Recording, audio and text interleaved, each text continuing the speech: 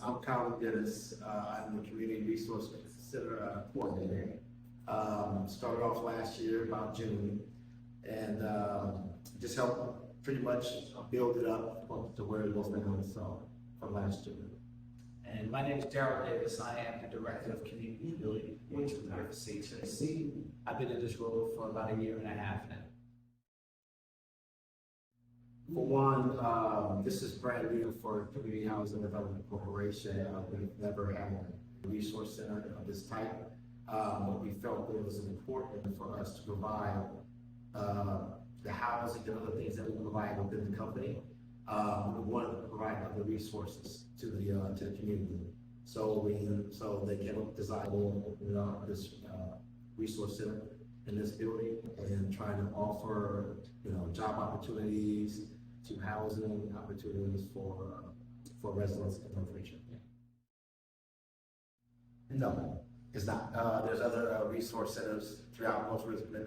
We also have partnered with many of those resource centers to make sure that we know what they provide, because it's hard for a resource center to provide everything to the community. So having other resources around this North Richmond community allows us to focus on certain aspects where if someone comes in with something that we don't offer, we can also refer them to those other resources. Yeah, as Lou said, we offer a resource, and so our resources are to make sure that we pair people up with a profession, and that if you do this work for no time, our role is not to come in and reinvent the wheel, but it's also to just continue to give resources for people to get to the community, referrals. Positive impacts is just helping people out there that has wants and needs, and things that they are important to them in their lives, and having them walk through this door and being able to figure out how to help them, whether it's a housing situation, whether it's an emergency housing situation, whether it's finding a job, finding resources that there's daycare or something like that for families, we can point them in the right direction, and having those people come back again and again to use our resource center and thanking us for the health benefits and we provide for that. Well, one of the events that we held was our June 7th Community Awareness Day. Went very well. We invited a lot of our community partners in to make sure that we are promoting all the resources we have in North Richmond. We had the fire department come. We had many of the healthcare organizations come. We had a job fair also, and then we just had a lot of our community partners come in with a lot of the resources that they have available to the community in North Richmond. Went well. We had probably like 20 to 30 vendors. Many of our things that we offer here at CHDC, from first-time home buyers program to the cleaning card program.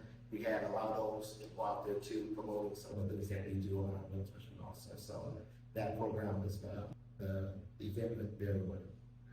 And in addition, we have a Phi Beta Sigma Fraternity Incorporated, a national Black or fraternal organization, college fraternal organization. Their grad chapter comes in here monthly, every third Saturday, holds their fraternity meeting. And in addition, they do a lot of community engagement, volunteerism, and mentoring to a lot of the youth and people in the community, help out at the senior centers sometimes. So just a really good look for that community, for them to see like positive Black men working in the community and stuff. And also another piece, a lot of the organizations in North Richmond, a lot of the nonprofits, we all support each other's programs. So we'll show up at certain events that they grow, we'll show up at our events, and it just shows family. It shows that we are doing our best to try to provide the resources for the organization. Our Community Resource Center soft opened June 1st, 2022. And we are ADA accessible, and this is a space that we wanted to offer support to community residents seeking employment, health, housing, educational services, through referrals, programs, classes, and other engagement activities.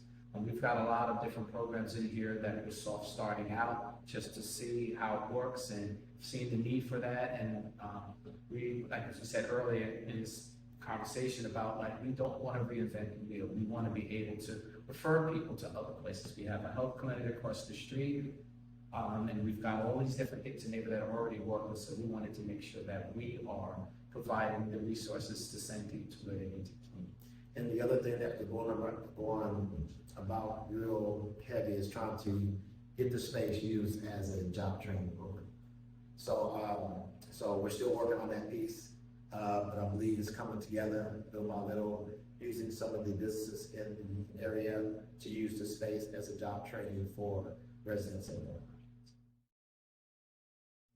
We have Shields Reed's Community Center offers many programs to the community as far as summer programs, daily programs that they have there. We are partners with them. They partner in our, also they help out with a lot of the other parts of our business, the community building engagement. They help out with coaching, league, baseball, basketball, things of that nature. We also have Men and Women of Valor. She actually sends a lot of her people here. She's been around for a very long time, her community, her organization, and we have become very good partners. And like I said, she sends a lot of her people here for housing and different other aspects of that nature. So, and we also partner with her at school. Martha, she's awesome. She helps out with a lot, especially with the Spanish community, bridging that gap for us, making sure that we even make sure providing services for them also. We also have employment through like Employment Development Department, ED. We have Contra Costa County, the City of Richmond, Richmond Works, which helps us with like job placement, resume writing, even opportunities for like rehabilitated felons.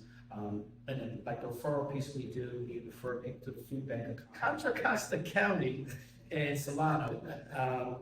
Through WIC, we have the Women and Infants and Children, shelters, family service centers, Medi-Cal eligibility through that, reentry programs like Micro Easy, which we talked about earlier, which does computer training for felons. Get a lot of youth and a lot of people that have been away for a while and they've come back into the world, and for them to be able to do stuff, they have to have some skills along with everything else.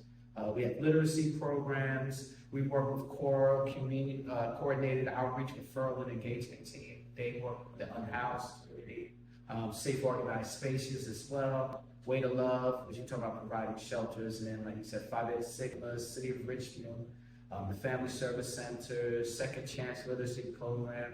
We even have the Dolly Parton Imagination Library here program. It provides books for kids under the age of 5, free books.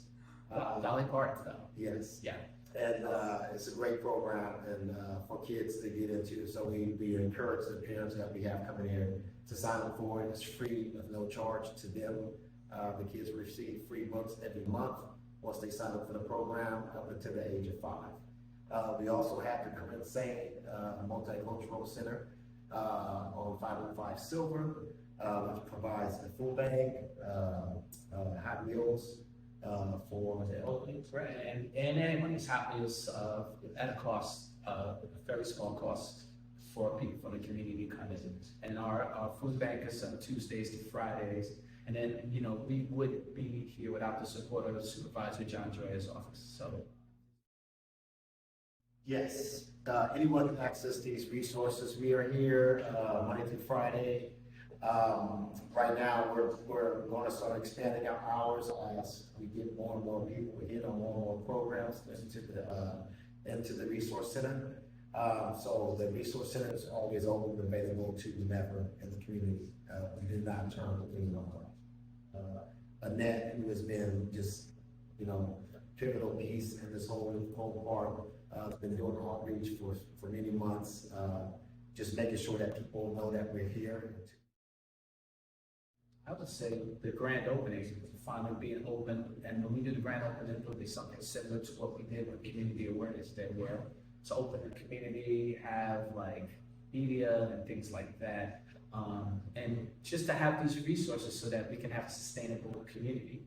That's what all of this is for. It's about making sure that people understand that they can stand on their own, be able to access all of the resources that are available to them, and to know what they are. You know, when you go to affluent neighborhoods and places like that, they know what's around, they know what's there for them, and they know how to access it. And so that's what we want to do, each one teach one, to continue to be sustainable.